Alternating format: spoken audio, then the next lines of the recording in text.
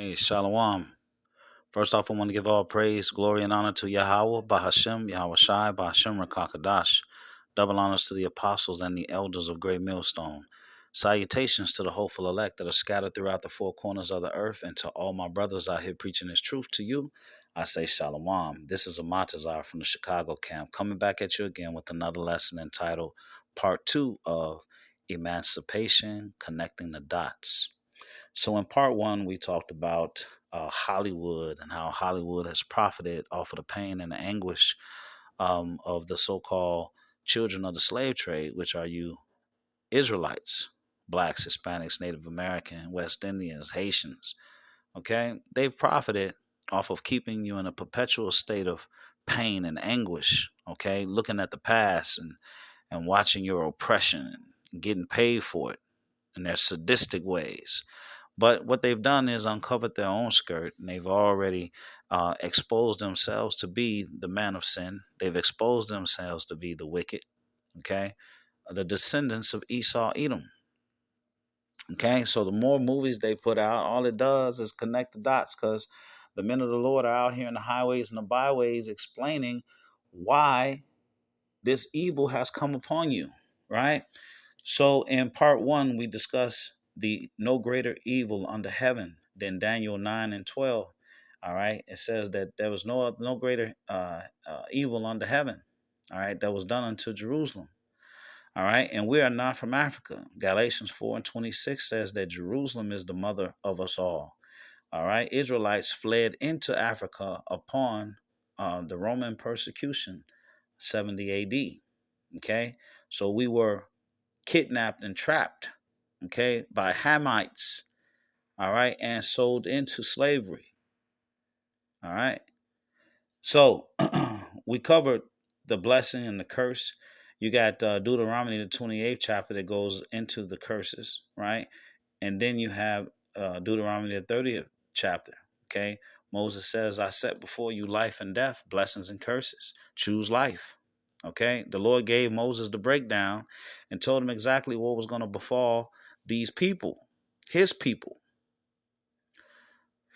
But of course, we did not choose life. All right, we did not heed to the law, statutes, and commandments of the Lord. So therefore, we are his children. So therefore, he punished us.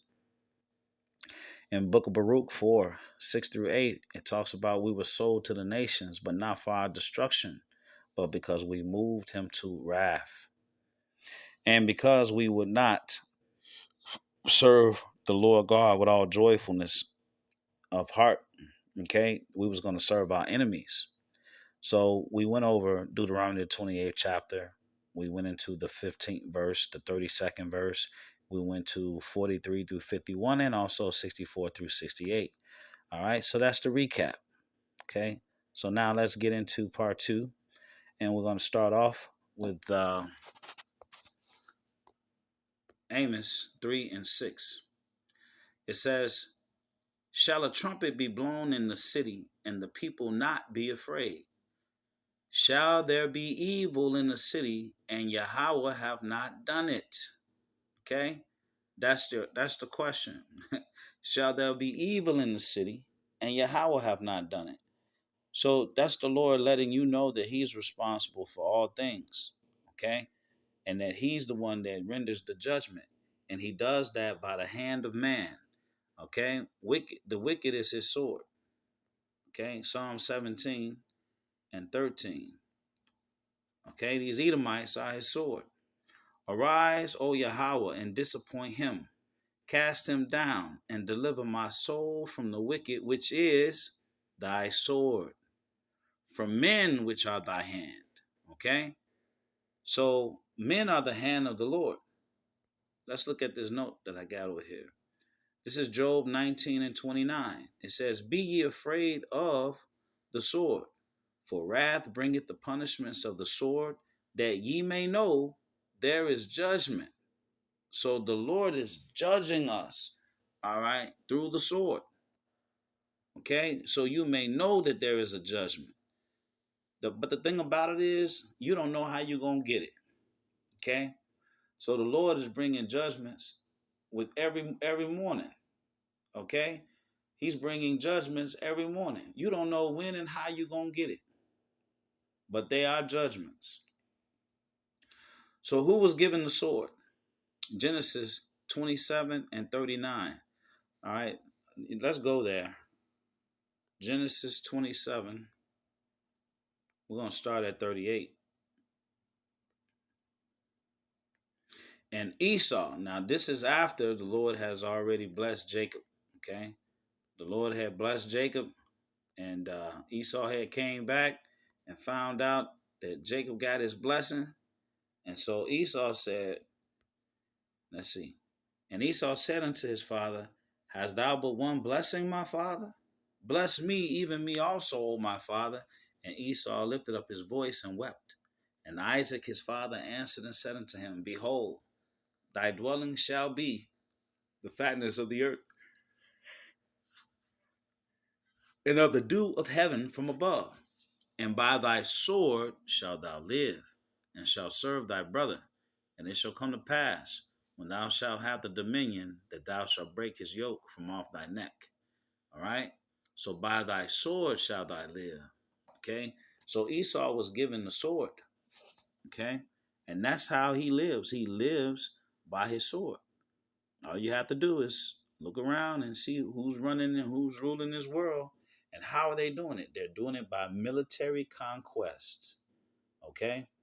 Now the sword is also, it can also be other weapons as well, like different things created in the lab. This is Jeremiah 50 and 33. Thus said Yahweh of hosts, the children of Israel and the children of Judah were oppressed together, and all that took them captives held them fast. They refused to let them go. So the children of Israel and the children of Judah. So this is basically talking about the distinction between the northern kingdom and the southern kingdom. Okay, so let's see. Uh, let's go to Joel 3 and 6.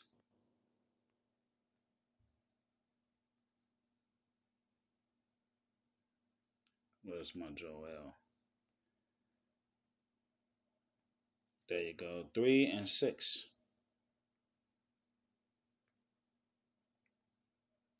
It says, I'm going to start at 4.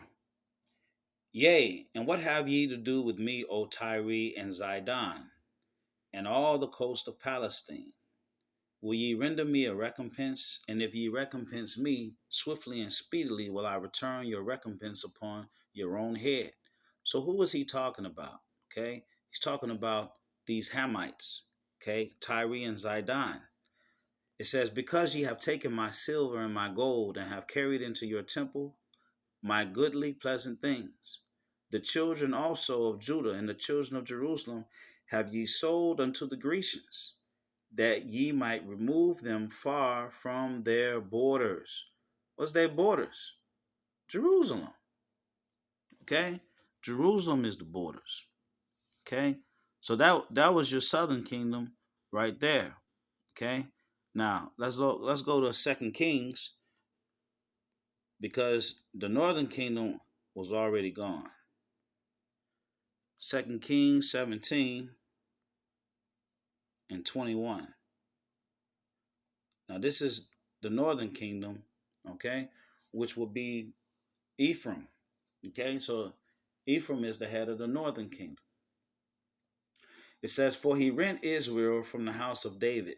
Okay, and they made Jeroboam the son of Nebat king, and Jeroboam drave Israel from following Yahweh, and made them sin a great sin. For the children of Israel walked in all the sins of Jeroboam which he did. They departed not from them until Yahweh, Salakia, until Yahweh did what? Removed Israel out of his sight, as he had said by all his servants the prophets. So was Israel, that's the northern kingdom, carried away out of their own land to Assyria unto this day. Okay? So the northern kingdom were removed from the land of Israel. So what happened to them? Let's go to 2nd Esdras, the 13th chapter, and the 40th verse. All right. And it says, those are the 10 tribes which were carried away prisoners out of their own land in the time of Uzziah, the king, whom Salmanassar, the king of Assyria, led away captive. And he carried them over the waters, and so came they into another land. But they took this counsel among themselves that they would leave the multitude of the heathen and go forth into a further country where never mankind dwelt, that they might there keep their statutes which they never kept in their own land. And they entered into the Euphrates by the narrow places of the river. For the Most High then showed signs for them, and held still the flood till they passed over. For through that country there was a great way to go, namely a year and a half, and the same region is called Arsareth. Then dwelt they there until the latter time, and now when they shall begin to come. All right, so the northern kingdom, the 10 northern kingdom tribes went into North America. The land of Arsareth is America, North America. So the North American Indians, all right, are Israelites. All right, and that's why the oldest dated Paleo Hebrew, all right, was found in Ohio. Okay, and there you have people who have lost their jobs. Okay, because they made questions and they asked, how is it that the so-called North American Indians were writing Paleo Hebrew? How is that possible? Because they were Israelites. That's why. Okay. All right. Now, Exodus 21 and 16. I'm about to close out. Exodus 21, verse 16. It says, and he that stealeth the man and selleth him, or if he be found in his hand, he shall surely be put to death. Whoa, let's keep that in mind. All right, let's go to Ezekiel, the 35th chapter. Okay, so let's read this 35th chapter, and then I'm going to close with Revelations 13 and 10.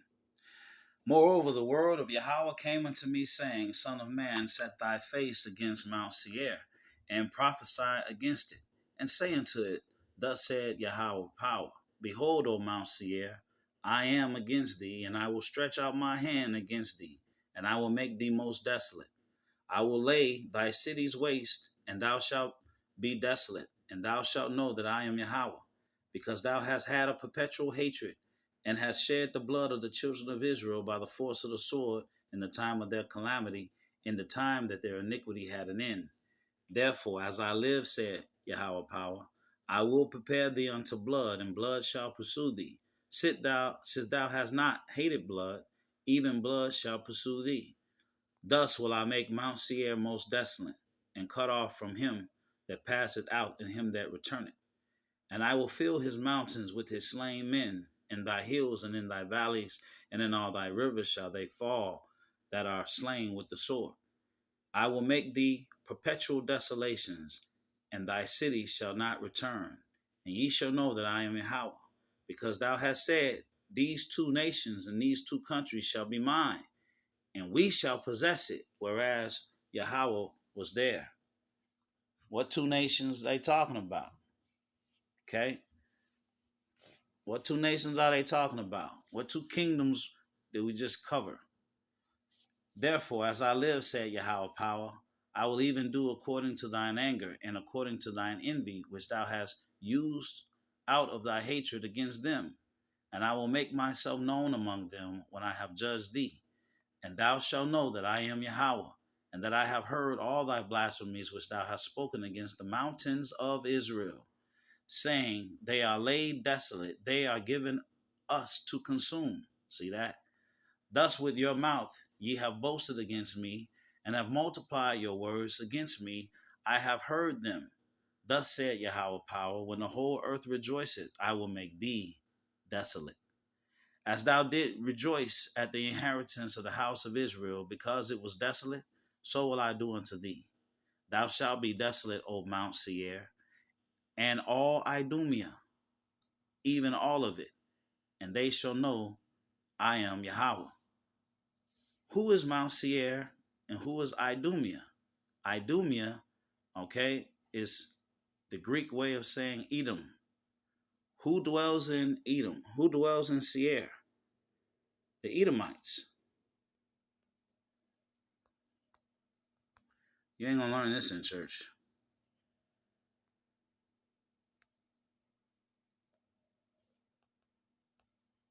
You ain't gonna learn this in church.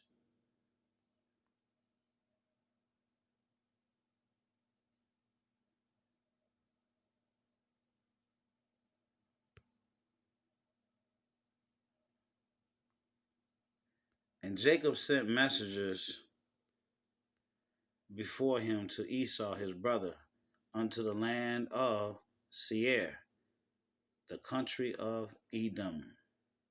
Okay, let's see. There's